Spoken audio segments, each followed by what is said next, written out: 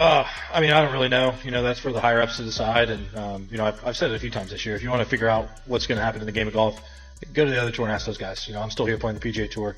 We had a tour where we all played together, and the guys that left, it's their responsibility, I think, to bring the tours back together and go see where they're playing. I mean, I only get to compete against those guys 4 times a year, and that was their choice, not mine. And so, at the end of the day, I'm here competing and doing the best I can, and that kind of stuff. What's the point of me thinking about? I mean, there's really absolutely no point to that. We get 4 chances to compete against them, and last week went well, and I'll get another chance here in a few. Scottie Scheffler, the world's #1 golfer, stood under the bright 2026 skies at Bethpage Black, but his focus wasn't on his next shot.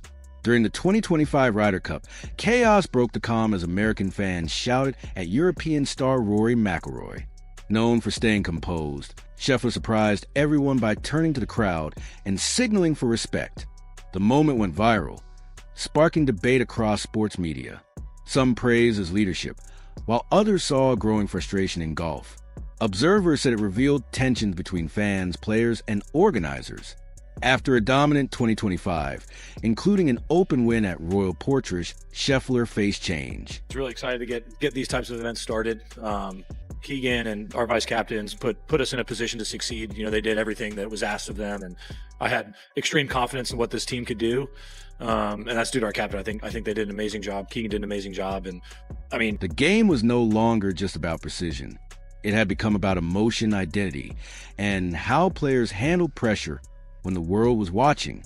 Scottie Scheffler's victory didn't feel like a simple celebration. With hometown fans loudly backing Rory McIlroy, the atmosphere turned tense. When Scheffler lifted the trophy, cheers were mixed with sharp comments and uncomfortable silence. Later, he admitted some remarks crossed a line, noting that emotions often push people to say things they shouldn't. Even while leading, he heard pointed words that stayed with him. Still, he remained professional. Soon after, he won again at the BMW Championship at Caves Valley, though frustration followed when officials clocked him for slow play. The message was clear. Pressure in golf was rising fast. I could not care any less about being the favorite or not being the favorite. We all start even par, and I think at times this year it may have gotten overly frustrated. I think it's just part of the game. I think part of the game is controlling your emotions, is controlling your mind, and I've definitely gotten better. Bethpage Black in New York, already famous for loud and passionate crowds, became the center of intense emotion and rivalry. The atmosphere was electric, but not always in a good way. Reports described non-stop heckling aimed at the European team, especially Rory McIlroy. What started as normal competitive energy slowly turned into the main storyline of the event. Instead of the golf itself, the crowd behavior took over the spotlight. Right in the middle of everything stood Scottie Scheffler. Earlier that season, he had faced similar treatment from fans, so this moment felt personal. But instead of ignoring the noise or feeding into it, Scheffler did something unexpected. He turned toward the same crowd that was meant to support him and asked them to calm down. That simple gesture immediately caught attention around the world. What followed made the situation even more powerful. Witnesses said Scheffler's father was seen politely confronting a fan who had been shouting at McIlroy, asking them to stop. It was a quiet moment, but it spoke volumes. At the same time, Scheffler's mother was praised online for staying calm and composed despite the growing tension. The image of the world's top golfer being supported by his family while trying to keep peace during one of golf's biggest events felt surreal. The PGA of America issued reminders asking fans to respect the players, but many felt those warnings barely made a difference. The fact that a player's family had to step in showed just how tense the situation had become. Soon after, public apologies and reflections began to surface, exposing how deep the issue really was. Reports even claimed the tournament's master of ceremonies encouraged parts of the crowd during heated moments. That quickly sparked backlash. He later stepped down from his role, a symbolic move that showed the PGA understood the seriousness of the situation, even if it didn't fix everything. Then came a strong response from one of golf's most respected figures, Tom Watson. The 2-time Ryder Cup captain posted a public apology, saying he was ashamed of the rude behavior from the American crowd at Bethpage. That single word, ashamed, hit hard. It echoed across the golf world and forced people to reflect. Soon after, U.S. team captain Keegan Bradley admitted the crowd had crossed the line. American players also apologized directly to their European rivals. It was a rare moment in sports.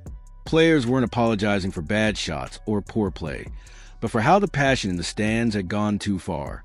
The incident revealed a growing problem in golf. It wasn't just about shouting.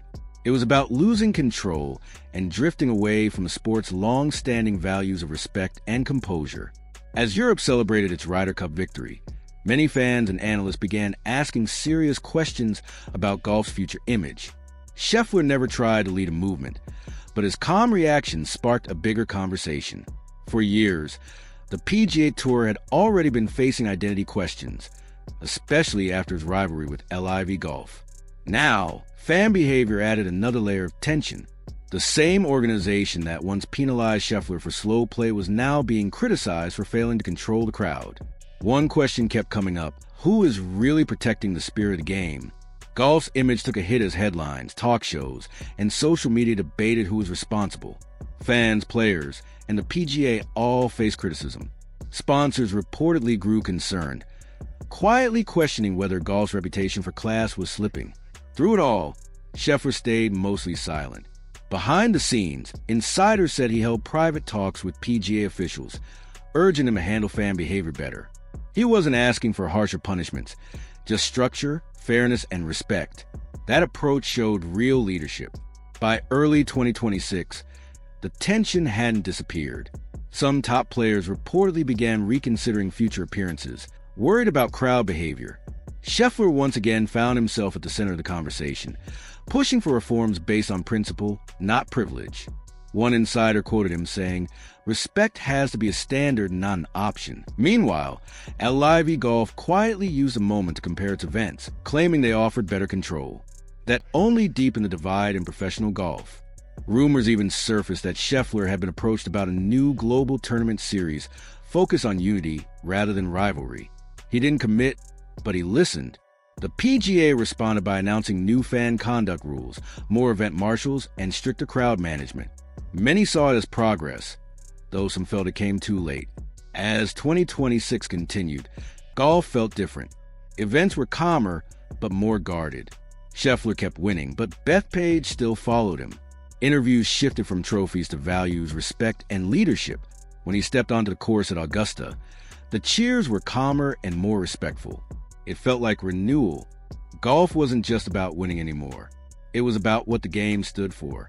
Scheffler never wanted to be a reformer, but by standing firm, he reminded everyone that true leadership isn't loud. Sometimes, the strongest message isn't a powerful drive. It's the courage to speak up when silence feels easier.